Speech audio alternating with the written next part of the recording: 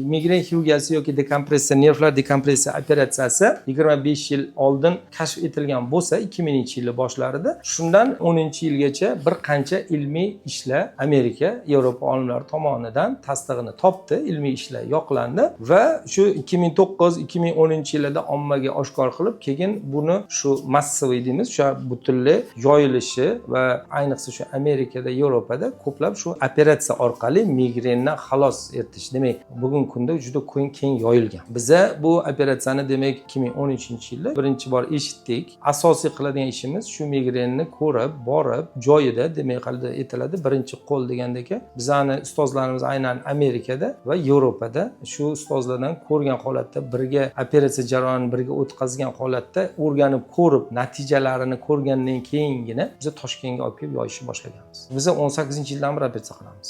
Endi bu faqat Toshkent, O'zbekiston emas, bu Fansha MDH davlatlarida eng ko'p migren xirurgiyasi bilan shug'ullanadigan son bo'yicha o'tkazadigan markaz faqat bizning markaz bugungi kunda va ilmiy izlanishlar ham mana shu vaqt ichida ikkita ilmiy izlanish yakunlandi. Biz hozir shuni oxirgi etapidamiz. Tibbiy ilmiy ommaga buni namoyish qilish arafasidamiz. Undan keyin maqsadlarimiz o'sha keng ommaga yoyamiz. Amerika olimlarining tadqiqotlarida avvalgi birinchi ishlarda demak 60-70% gacha operatsiyadan keyin butunlay tuzalish berilgan.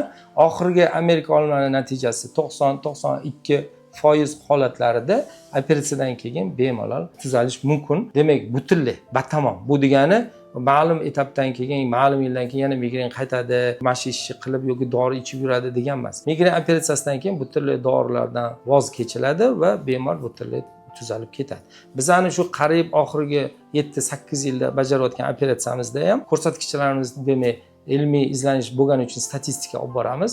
96-98% gacha bizada tuzalish jarayonini qayd etganmiz. Bundan demak qaysidir foizlarda shunaqa ko'rsatkichlar bizning statistikamizda bor. Demak 2-3% holatli odamlarda demak migrenni qayta og'rig'i bo'lishi mumkin. Qaysidir ma'noda intensivligi pasaygan holatda. Demak, buni tushuntiradigan bo'lsam boshqacha, operatsiyadan oldin 30 kunlik og'riq bo'layotgan bo'lsa, 10 balli shkala bilan baholaganimizda 9-10 balli og'riq bo'layotgan bo'lsa, operatsiyadan keyin yarim yil, 1 yildan keyin og'riq qaytishi mumkin. Intensivligi ancha pasaygan 3-4 balli intensivlikda va 1 oyda 3-4 kun yoki 5-6 kun og'rishi mumkin. Bu albatta dorilar bilan buni bartaraf qilish mumkin bo'ladigan holatga qaytish mumkin. Ba'zi shunaqa natijamiz bor, ba'zi bir gruppalarimiz bor. Shu gruppalarimizda shunaqa. Bu ham ijobiy natija hisoblanadi.